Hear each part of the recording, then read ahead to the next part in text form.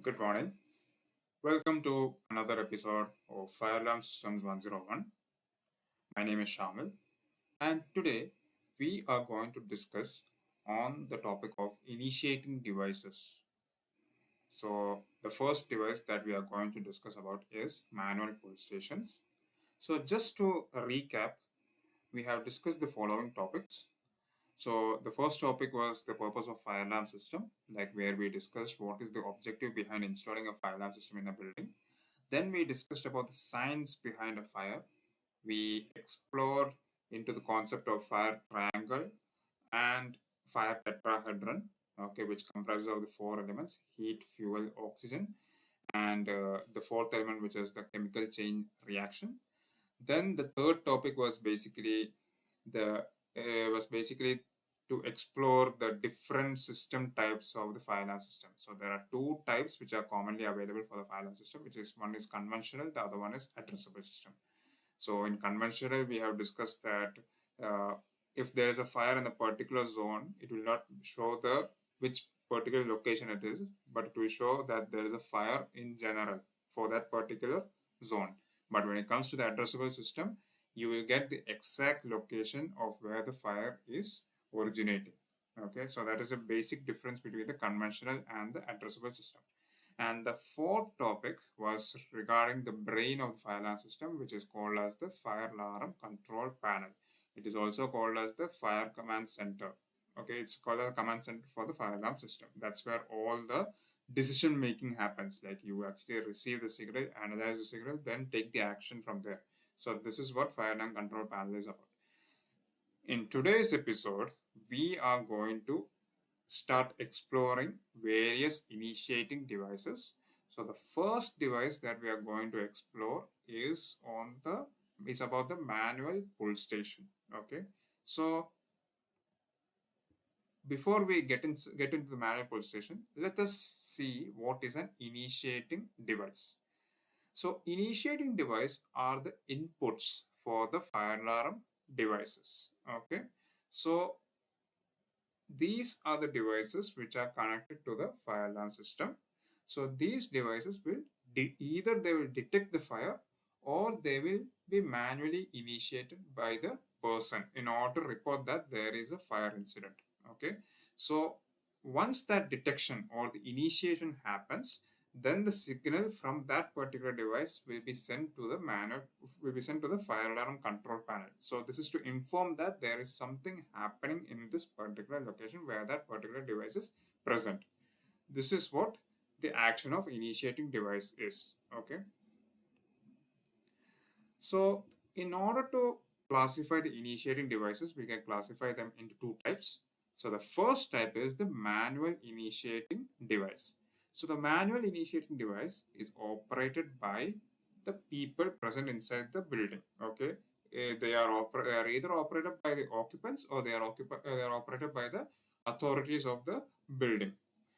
The second type is the automatic initiating devices. These are the devices which are operated by automatic detection, okay, but mainly through detection. So to give some examples for the manual initiating devices, the common example is the manual pull station. Okay, so manual pull stations are the ones which are operated by the people if they see a fire in the nearby area. When it comes to the automatic initiating devices, if the examples would be either smoke detector, heat detector, flame detector, beam detector, like those detection devices. So if those devices in their respective rooms detect a fire, then it will be sending a signal automatically to the fire alarm control panel. That is the automatic initiating devices. So today in this episode, we are going to focus on the manual pull station. So let's go to the next slide. So what is a manual pull station? A manual pull station is also called as a pull box, or it is also called as a manual call point. Okay, the short form for that for manual call point is MCP. Okay, so these are two names for the manual pull station. So a manual pull station, you must have seen, like if you enter any building, okay, near to the exit of that building or somewhere along the corridor or near or along the hallway, you will find a red color box which is mounted on the wall. Okay, so that red color box is called as the manual pull station. So this which you see in this slide is a typical manual pull station. Manual pull station comes in various sizes and various shapes. Okay, means not various sizes but at least in various forms, depending on the brand. So the one which you see over here, it's from the Context Plus brand. Okay, so this is one form of the manual pull station. So what is the function of the manual pull station? As I said before, the function of the manual pull station is for a person. This person could either be the occupant of that building or it could be any of the concerned authorities of the building. It is for them to operate the fire, to manually activate the device in order to trigger an alarm. Okay. Now, the key rule for the manual pull station is that if you see a fire, you pull the station. Okay, if you see a fire, you pull the station. You do not need to wait like a detector. Okay, like a detector, you don't need to wait in order to confirm that whether there is a fire or not. If you see that there is a fire or something happening, immediately activate the manual pull station. This is a one simple rule for the manual pull station. Now, why do we need manual pull station? What is the purpose behind the manual pull station? Okay, so in many of the rooms, many of the locations, we have the smoke detectors. Now, smoke detectors are wonderful devices. They can detect the various characteristics of the fire. Like it could be either smoke, it could be heat, or it could be flame. But they are not enough. Okay, the reason why we need manual pull station is that first reason is that it is faster reporting. So if there is a person and if he sees the fire, then he can immediately trigger the manual pull station in order to report that there is a fire. So this process is in the hands of a human being. So once they see the fire, then they immediately respond to it. So the faster reporting is first reason for installing the manual pull station. The second one is to avoid false alarms. If you see detectors, when you install them, there's a chance that they are prone to false alarms due to steam or due to dust which is present in that location. So so if you are having this manual pull station, it can you don't there's no chance of being for having a false alarm because it is a deliberate act. It is a conscious act by a person. And the last one is, as per the code, we have a regulation for the manual pull station.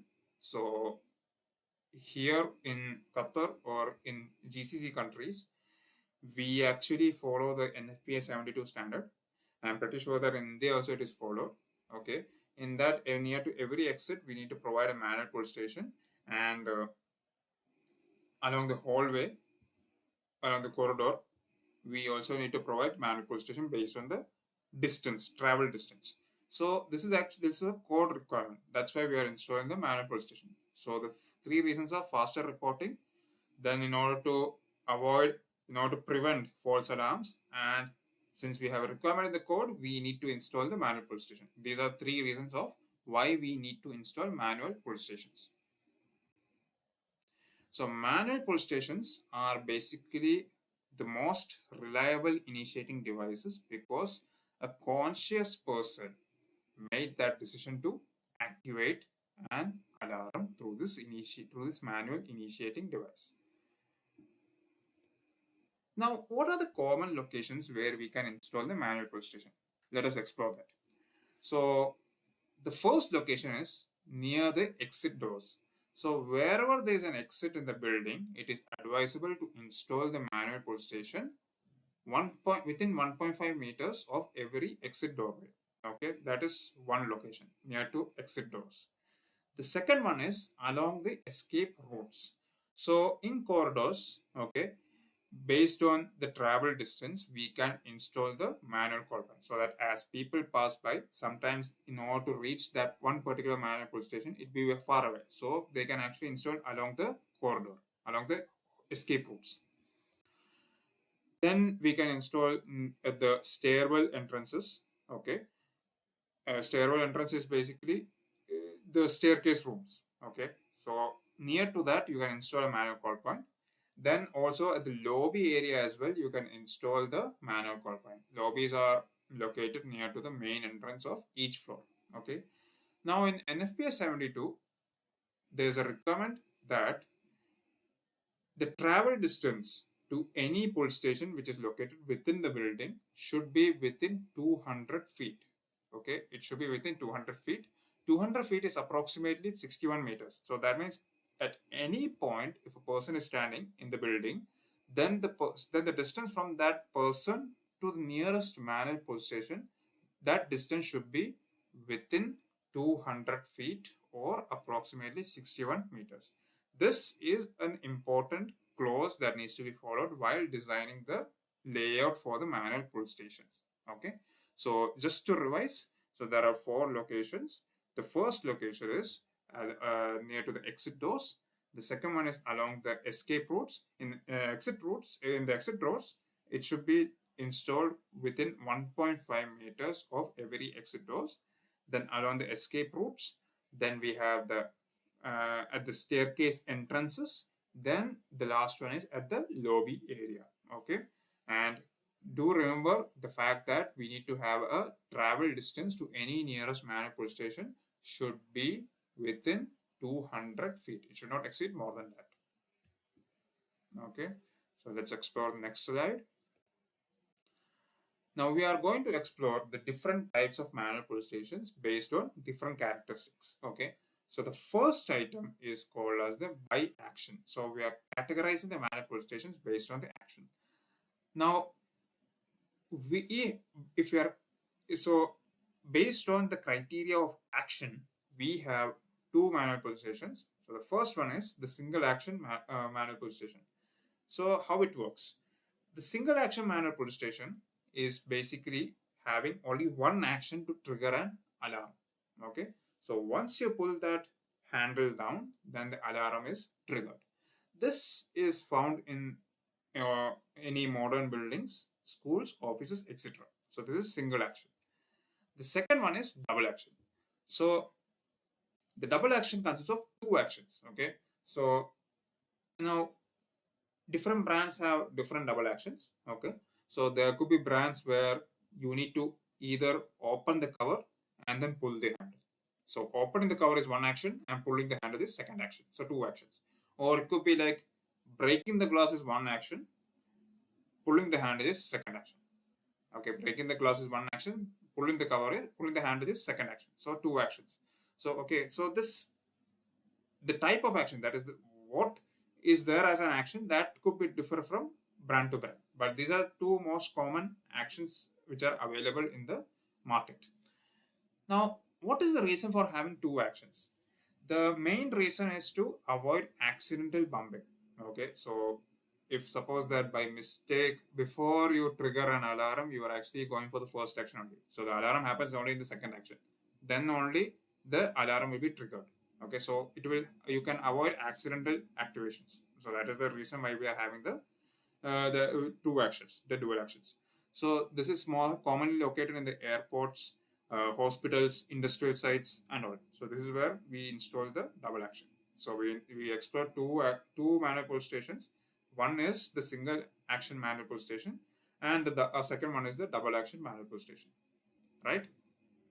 Now let's go for the next category.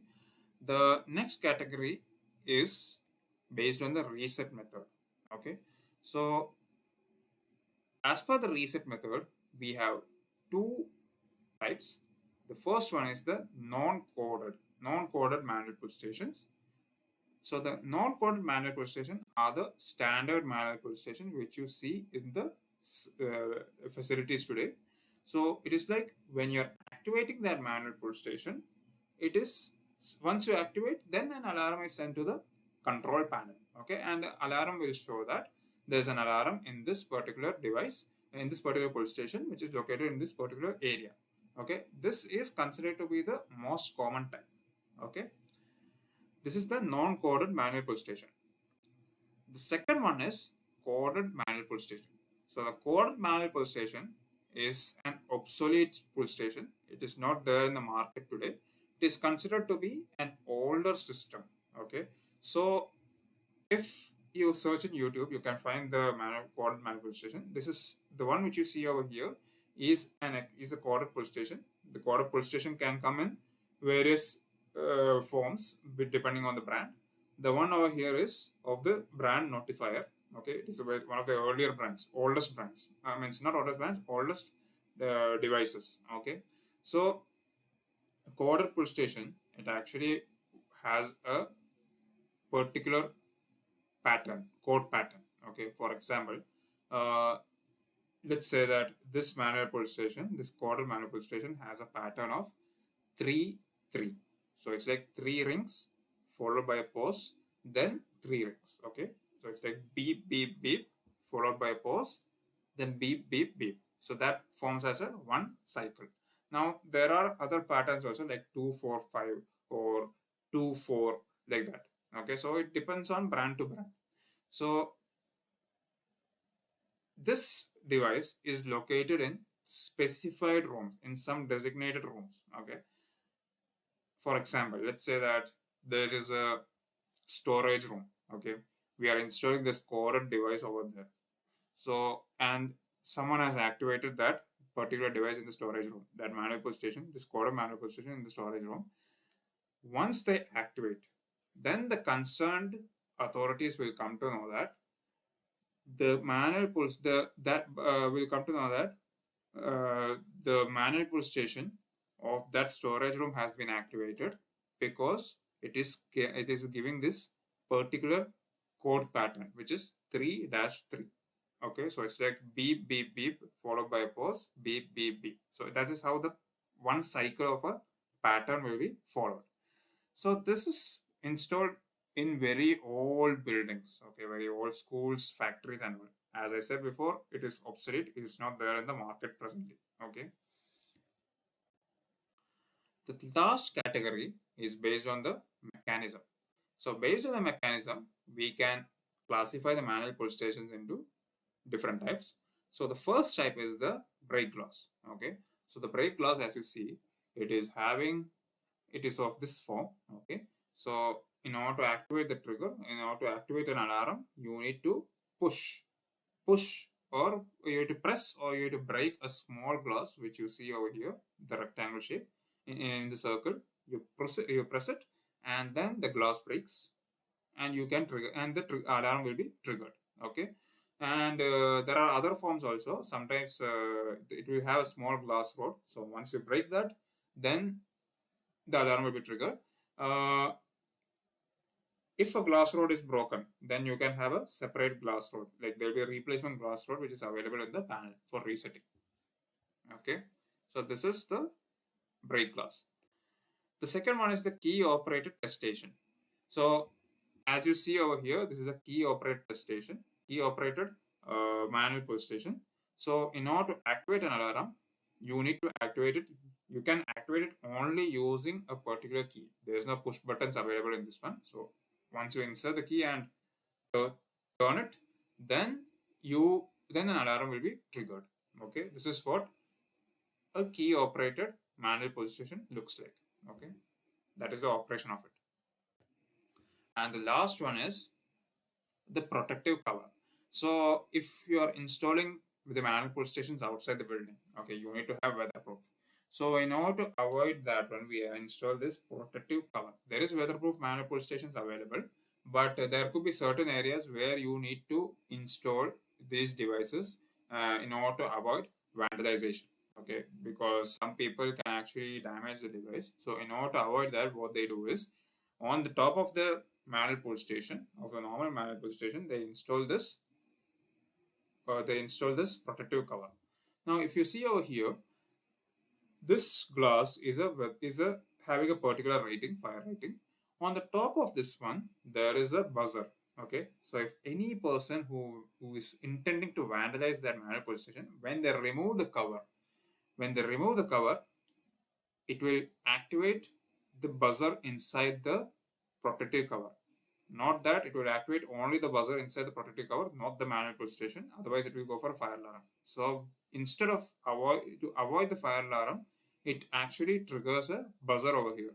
So buzzer, so that the authorities who are present inside the building can actually know that the fire alarm, the manual police station is being vandalized. Okay, and this action will avoid any what do we say signal which is being sent to the fire alarm, which is being sent to the fire department station via the fire alarm control panel. So this is about the fire protective covers. So we have explored the various types of manual police stations. So first we have explored by the types of action. So we have two types. One is the single action manual police station and the other one is double action manual police station. Then we explore based on the reset method. So we have again two types, the coded manual police station and the non-coded manual police station. Coded manual police station is obsolete, while the non-coded manual police station is the one which you see in the facilities now.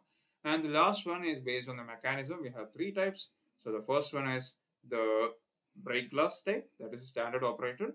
Then we have the key operated type, and the last one is the protective cover in order to detect the vandalization, or in order to notify that the police station is going to be vandalized. So these are the types of manual police station. Now let us just explain how the manual police station works in a simple manner. So suppose that there's a fire in the building, okay, and if a person sees a manual police station, he immediately runs to the manual police station. He pulls the handle, okay, he pulls the handle, and as he pulls, there's a circuitry. There's a mechanism inside this thing. So once he pulls, then an internal switch, okay, which is located in that circuitry will be closed. Once it is closed, then the electric circuit will be completed, and as it gets completed, a signal will be sent from the fire manual pull station to the fire alarm control panel. Okay, so once a signal is sent to the fire alarm control panel, the fire alarm control panel identifies the address or the zone of that particular station, and once it analyzes, once it confirms that it is coming from this particular manual pull station, then it will activate the horn strobes or the notification appliances which is connected to the fire alarm control panel. This is a general operation, a simple operation of how a manual pull station works. So for all these steps to happen, it takes a few milliseconds. Okay, for all these steps to happen, all these steps occur within a few milliseconds. This is the operation of how a manual pull station takes place. Now, once you activate a manual pull station, okay, it is always necessary that in order to reset the system, you need to reset the manual pull station first. Then only you can reset the entire fire alarm system. Okay, without resetting the manual pull station, the fire cannot be reset. So once pulled, the pull station does not reset itself unless a person goes to it and resets it. Okay, this is what you need to understand. So once it is pulled, it always stays in that pulled position because of the mechanical latch. And once the alarm is investigated, okay, and the building is safe, the technician must go to that particular station where the alarm is activated, where it is activated, and then it should actually physically go to the station. Then it should insert a special key or sometimes a key or a tool, into that station, and then reset it. Okay, and once you reset that one, then you return to the FACP and reset the system. So this is the importance of reset in a manual pull station, because many a times people tend to forget. Means forget as in they actually forgot that maybe after resetting the alarm fire alarm while trying to reset the fire alarm control panel, they will realize that it is still under alarm. So that's when they will come to know that that manual pull station has to be reset. So it is just a important information when you are resetting, when you are trying to reset a system or a manual call point. Now, one question is that why are manual call points red in color. Okay, so if you notice, there could be manual code points, okay, which is actually green in color or yellow in color. Okay, but the standard color for the manual code point is red. The reason why is this, because first reason is that red is the standard for the fire protection systems. For any fire protection equipment, red is the standard color which is used. It's a universal color. So in North America, manual police station will be red in color. Okay, if you go to certain parts of Europe or in some places, it's like you will find the brake glass in yellow or green. But the standard is that in order to indicate that it's a fire alarm manual police station or a fire protection manual police station, it will be red in color. Okay, so if you see red on the wall, then it means that it is for the fire safety part. Okay, so that is why we are choosing a red color manual alarm stations.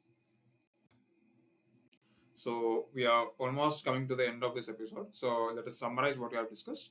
So first thing is that the manual pull stations is to allow people to report a fire. They are located near the exit doors and along the escape routes. Okay, so as I said before, exit doors, it will be within 1.5 meters, and escape routes is based on the travel distance. So if you are staying in one particular location, the nearest manual police station should not exceed 200 feet, which is approximately 61 meters.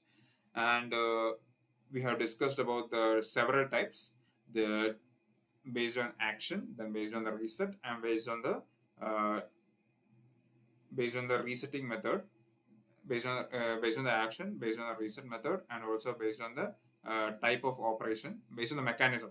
So if it is action, we have two types. One is single action, and the other one is double action. So single action is one single action. It's like we are just pulling the handle. It's just one action, and after that the alarm will be triggered. But in double action, you need to do two actions. You need to remove the cover or pull the handle. Then only the alarm will be activated. Then once pulled, okay, then it must be physically reset with a key. That means once pulled, in order to reset the system, you need to reset the manual pull station. Then only you can reset the fire alarm control panel. And this is a most reliable initiating device, because a person made the choice to activate. That is, a conscious person decided that we need to activate it based on the based on the fire situation in that particular location. Okay, so this is about the manual pull station. So if you have any queries or clarifications regarding the manual pull station regarding today's episode, you can post them in the chat box. Also, if you have any feedback regarding the quality of the video, kindly post it in the chat box, and we will try to make it up in the upcoming videos. So the next episode that we are going to discuss, the next topic that we are going to discuss in the next episode will be about the smoke detectors. So the smoke detectors are of two types, which will be of photoelectric smoke detectors, and then we have the ionization smoke detectors. So we'll be explaining them in detail in the next episode.